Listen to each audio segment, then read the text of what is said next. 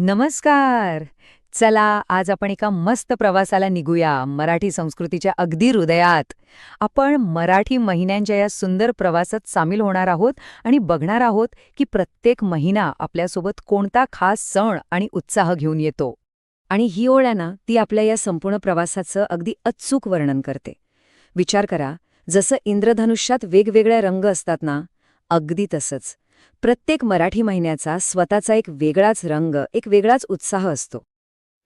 तर मग सुरुवात कुठून करायची? अर्थात वर्षाच्या सुरुवातीपासून. चला तर मग बघूया पहिले 4 महिने, जे फक्त नवीन वर्षाची नाही, तर निसर्गात होणाऱ्या बदलांची आणि उन्हाळ्याच्या त्या छान उबदारपणाची चाहूल घेऊन येतात. हे बघा, हे आहेत आपल्या वर्षाचे पहिले 4 शिलेदार: चैत्र, वैशाख, ज्येष्ठ आणि आषाढ. आता प्रत्येकाची ना एक खास ओळख आहे आणि ते आपल्याला निसर्गाच्या आणि भक्तीच्या वेगवेगळ्या रंगांची ओळख करून देतात. आपल्या मराठी नवीन वर्षाची सुरुवात होते ती चैत्र महिन्यापासून. आणि सण कोणता? गुढीपाडवा. घराघरावर उभारलेली ती गुढी, ती फक्त नवीन वर्षाची सुरुवात नाहीये, तर ती विजय आणि समृद्धीचं प्रतीक मानली जाते. आणि मग लगेचच येतो रामनवमीचा उत्सव, जो आपल्याला श्रीरामांच्या आदर्शांची आठवण करून देतो. चैत्रानंतर येतो वैशाख.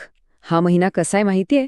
आपल्या धावपळीच्या आयुष्यातून थोडासा ब्रेक घेऊन शांत बसून विचार करायला लावणारा.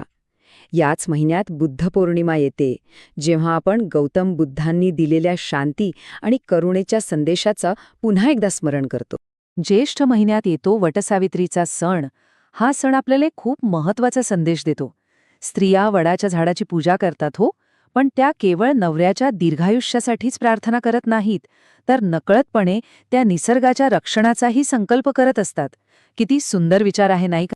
आणि मग येतो आषाढ. हा महिना तर अख्ख्या महाराष्ट्राला भक्तीच्या रंगात अक्षरशः रंगवून टाकतो. जय हरी विठ्ठलचा तो गजर आसमंत कसा दुमदुमून जातो, जेव्हा लाखो वारकरी पंढरपूरच्या दिशेने पायी निघतात. ही वारी म्हणजे फक्त एक यात्रा नाहीये, ती आहे श्रद्धा आणि समर्पणाची एक जिवंत, वाहती परंपरा. बरं, आता येतो तो महिना ज्याची आपण सगळेच आतुरतेने वाट बघत असतो. श्रावण. याला सणांचा राजा असं का म्हणतात हे तुम्हाला लगेचच कळेल.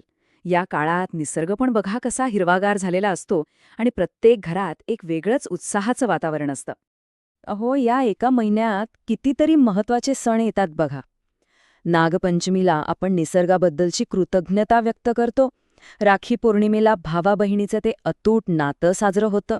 आणि गोकुळाष्टमीला तर बाळकृष्णाच्या जन्माचा आनंदोत्सव. खरोखरच याला सणांचा राजा नाही म्हणायचं तर काय म्हणायचं. श्रावणानंतर हा सणांचा उत्साह थांबत नाहीये, उलट तो आणखीनच मोठा आणि भव्य होत जातो.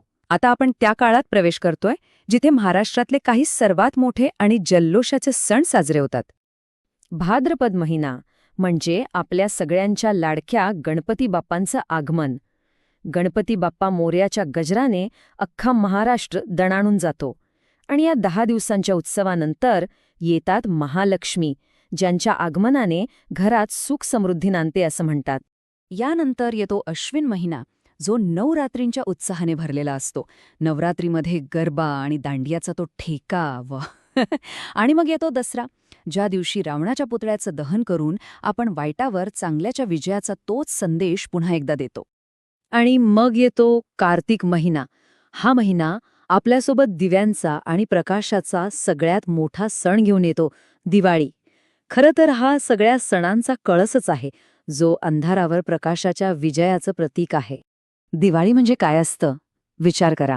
घराघरातून येणारा तो लाडू चिवड्याचा मस्त सुगंध, अंगणात लावलेल्या पणत्यांची ती आरास आणि आकाशात होणारी फटाक्यांची आतषबाजी. हा असा सण आहे जो आपल्या आयुष्यात नुसता आनंद आणि प्रकाश घेऊन येतो. मोठ्या सणांच्या या जल्लोषानंतर हिवाळा येतो, जो आपल्याला थोडं शांत करतो, एकत्र आणतो. आता आपण त्या सणांकडे वळूया जे आपल्याला भक्ती आणि आपुलकीची एक छानशी ऊब देतात. मार्गशीर्ष महिन्यात दत्त जयंतीच्या उत्सवाने सगळं वातावरण भक्तिमय होऊन जातं. ह्या काळात घराघरांतून आणि मंदिरांमधून येणारे ते भजन कीर्तनाचे सूर मनाला एक वेगळीच शांती देऊन जातात. पौष महिन्याची ओळख म्हणजे काय? आकाशात उडणारे पतंग आणि जिभेवर विरघळणारा तिळगुळ. मकर संक्रांतीला आपण जे म्हणतो ना, तिळगुळ घ्या गोड बोला, याच्यामागे खूप सुंदर संदेश आहे. तो म्हणजे नात्यांमध्ये गोडवा आणा आणि जुन्या कडवट गोष्टी विसरून पुढे जा. यानंतर येतो माघ महिना. हा महिना आपल्याला भगवान शंकराच्या भक्तीत पूर्णपणे लीन करतो. महाशिवरात्रीच्या दिवशी उपवास, पूजा अर्चा यामधून भक्त आपल्या आराध्य दैवताशी एकरूप होण्याचा प्रयत्न करतात. आणि आता आपण वर्षाच्या त्या शेवटच्या टप्प्यावर आलो आहोत, जो सगळ्यात रंगीबेरंगी आणि उत्साहाने भरलेला आहे. हा महिना आपल्या वर्षाच्या प्रवासाला एका आनंदी आणि रंगीत वळणावर आणून संपवतो. वर्षाचा शेवट होतो फाल्गुन महिन्यात, होळीच्या सणाने. या दिवशी पुरणपोळीचा तो गोडवा नात्यांमध्ये मिसळतो. आणि दुसऱ्या दिवशी धुलीवंदन. सगळेजण रंगांमध्ये अक्षरशः न्हाऊन निघतात. जणू काही आयुष्यातले सगळे मतभेद विसरून सगळे एकत्र आले आहेत. तर असा आहे हा 12 महिन्यांचा आपला रंगीबेरंगी प्रवास. आपण सुरुवातीला जी ओळ ऐकली होती ती किती खरी आहे नाही का? प्रत्येक महिन्याचा एक वेगळा रंग आणि प्रत्येक सणाचा एक वेगळा संदेश, जो आपल्याला सगळ्यांना एकत्र बांधून ठेवतो. पण हे सण फक्त एका वर्षाच्या कॅलेंडरपुरते मर्यादित आहेत का? नाही. ते आपल्याला निसर्गाशी, आपल्या समाजाशी आणि स्वतःशी जोडतात.